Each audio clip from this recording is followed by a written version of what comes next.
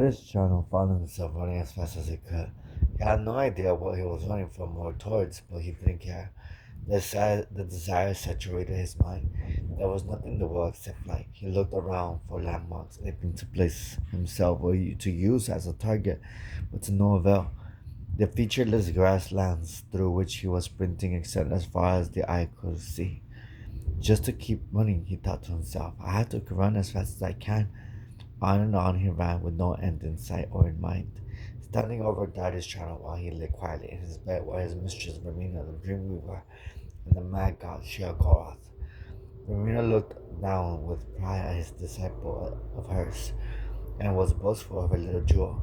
Such potential in this one, the dreams of inspiration I have nurtured literally tied it into fruition, and now he stands in the claim as an emerging bard and poet.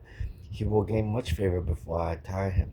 Shoggoth too gazed at the young Breton artist and saw that he was indeed famous among the other mortals.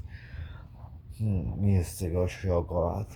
Well, how many are there who hate this mortal whom you have built? It is the hatred of mortals which confirms greatness, and not that love. Surely you can accomplish this as well. Ramina's eyes narrowed. Yes, the mortals are indeed often foolish and petty, and it is true that the many of the most bold have been despised. Do not worry, mad one, for I have the power to achieve many forms of greatness with this one, hatred among them. Perhaps Jing will be amusing to show who has this power. Inspire foolish, arrogant hatred of this mortal for 10 years, and then I will do the same. We shall see whose talents are more sufficient, free of aid or interference from any other Daedra. At this, she relaxed into confident pleasure. The mad god is indeed powerful, but this test is suited to my skills. The mortals are opposed by madness, but rarely think it worthy of hate. I shall take pleasure in revealing this to you as I bring the more subtle horrors out of this mortal subconscious.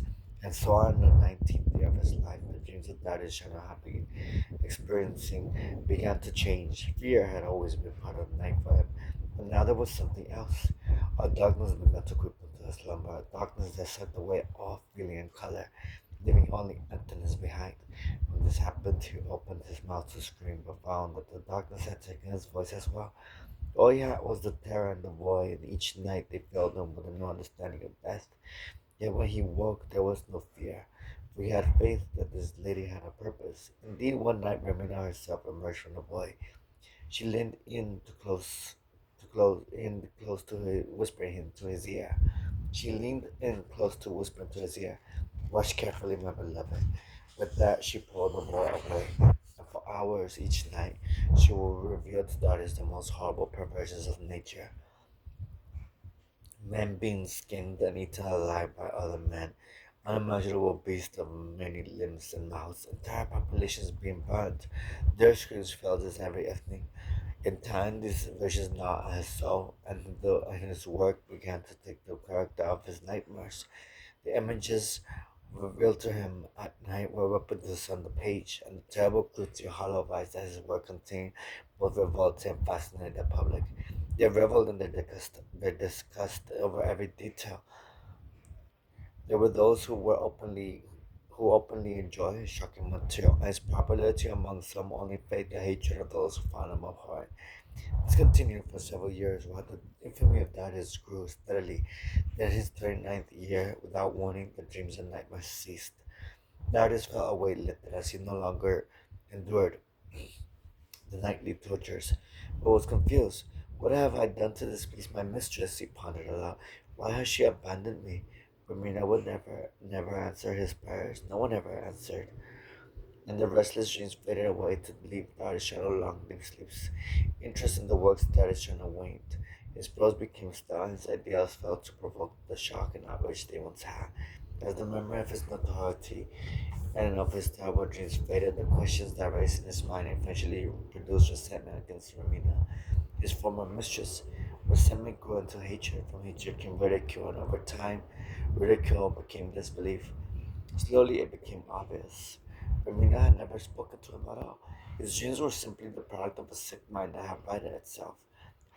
He had been deceived by his own subconscious, and the anger and shame overwhelmed him. The man who once conversed with a deity drifted steadily into heresy, time, all this bitterness, doubt, and sacrilege focus on that is a creative philosophy that was threaded throughout all of his subsequent work. He challenged the gods themselves as well as the infantile public and encouraged they for worshipping them. He mocked them all with perverse caricatures, sparing no one and giving no quarter. He challenged the gods in public to strike them down if they existed, and ridiculed them when no such come upon us was delivered. To all of this, the people reacted with outrage far greater than they had shown in his previous work. His early career had offended only sensibilities, but now he was striking directly at the heart of the people. His body of work grew in size and intensity. Nobles, temples, and commoners were all targets of his scorn. Finally, at age 39, Darius wrote a piece entitled The Noblest Fool, ridiculing the god Septim for integrating to the pathetic Nine Divines cult. The local king of Dania, who had been humiliated by this upstart in the past, saw his chance. And for his lack of religion against the empire, Darius Shana was executed with ceremonial play in front of a cheering crowd of hundreds. The last bitter words were gurgled through a mouthful of his own blood. 20 years after the voyage was first placed, Vermina Shoggoth met over headless corpse. Darius Channel's headless corpse. The dream weapon eager for this meeting. She had been waiting for years to confront the district prince over his lack of action. I have been deceived by you, Shiagawath. I performed my half of the bargain, but during your 10 years you never contested the matter once. He owes none of his greatness to you, or your talents, or your influence. Narcissus croaked the mad god. I was with him all along. When your time ended and mine began, your whispers in his ear were replaced with silence. I severed his link to that from which he found the most comfort and meaning, and without the very attention the creatures of this really great. Without his mistress, this man's character could ripen under resentment and greed and hatred. Now his bitterness is total and overcome by madness fueled by his rage. He feeds me in my realm as an eternal servant. Shagor's taunt spoke to the empty space by his side. In, Indeed, that Shana was a glorious mortal, despised by his own people, his kings, and even by the gods he mocked.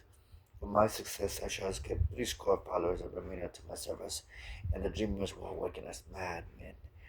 And thus did Shigarath teach Ramina that without madness there are no dreams and no creation.